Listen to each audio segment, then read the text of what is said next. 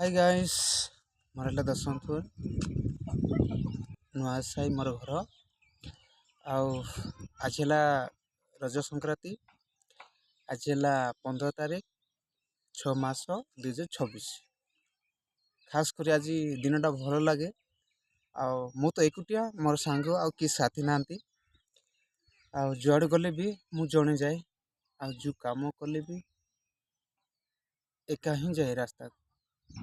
ସେ କାହିଁକି ନା ମୁଁ କେଉଁ ସାଙ୍ଗ ବା କେଉଁ ସାଥି ମୁଁ ରଖିକି ମୁଁ ତାଙ୍କ ମନ କଷ୍ଟ ଦେବା ପାଇଁ ଚାହେଁନି। ବରଂ ଯେଉଁ କଷ୍ଟ କରେ, ଯେଉଁ ଦୁଃଖ ସହେ, ସବୁ ମୁଁ ଆପଣଙ୍କୁ ନିଏ। ବରଂ ଗାଇସ୍ ଆଜି ଗୋଟେ କଥା କହୁଛି, ଆଜିକାଲି ଦୁନିଆରେ ଯାହା ଚାଲିଛି, ପୁଅମାନେ ଚାହାନ୍ତି କି ଯେ ମୁଁ ଆଜି ଗୋଟେ ବଡ଼ ଲୋକ ହୋଇଯିବି, ଆଉ ବଡ଼ ସ୍ୱପ୍ନଟିଏ ଦେଖି ଆଗକୁ ବଢ଼ିବାକୁ ଚେଷ୍ଟା କରିବି। ହେଲେ ମୁଁ ବି ସେୟା, ଯାହାକି ମୋ ଭବିଷ୍ୟତ, ମୋ ପରିବାର ମୁଁ କେମିତି ସଜେଇକି ରଖିବା ପାଇଁ ଚାହିଁବି। ତେଣୁକରି ଯାହା ମୁଁ ସ୍ୱପ୍ନ ଦେଖିଥିଲି, ସେ ସ୍ୱପ୍ନ ବି ପୁରା ହେଉନି। ସ୍ୱପ୍ନ ପୁରା କରିବାକୁ ହେଲେ କଣ୍ଟା ବି ମାଡ଼ିବାକୁ ପଡ଼ିବ, ଆଉ କଣ୍ଟା ମାଡ଼ିବାକୁ ହେଲେ ଗୋଡ଼ରୁ କଣ୍ଟା କାଢ଼ିବାକୁ ପଡ଼ିବ।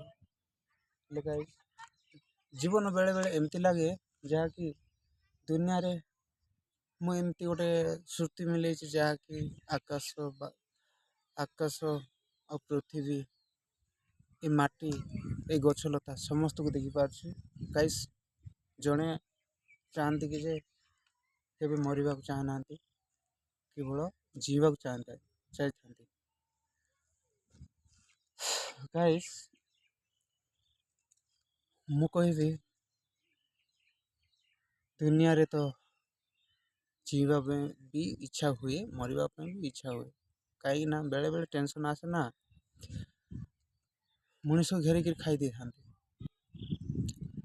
ଟେନସନ୍ ଫେରାଇବାକୁ ହେଲେ ଆଉ ଏକୁଟିଆ ଜାଗାରେ ଯାଇ ହାଲକା ପବନରେ ବସିବାକୁ ଇଚ୍ଛା ହୁଏ,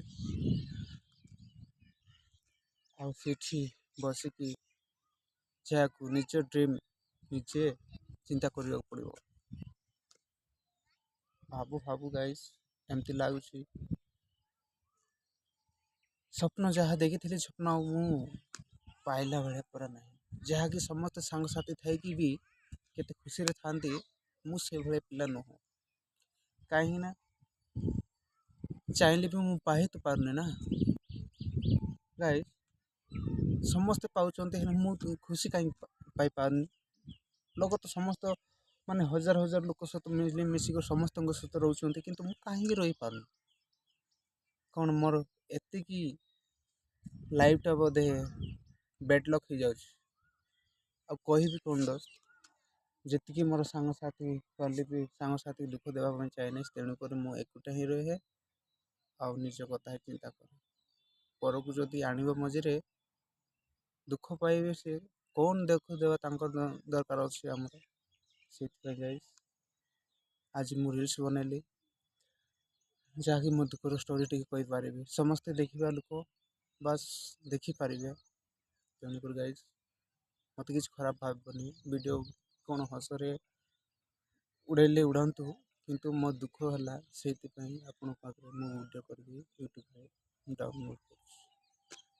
ଆପଣ ଚାହିଁଲେ ତ ଲାଇକ୍ ବି ଦେଇପାରିବେ, ସବସ୍କ୍ରାଇବ୍ ବି ଦେଇପାରିବେ, ସପୋର୍ଟ ବି କରିପାରିବେ।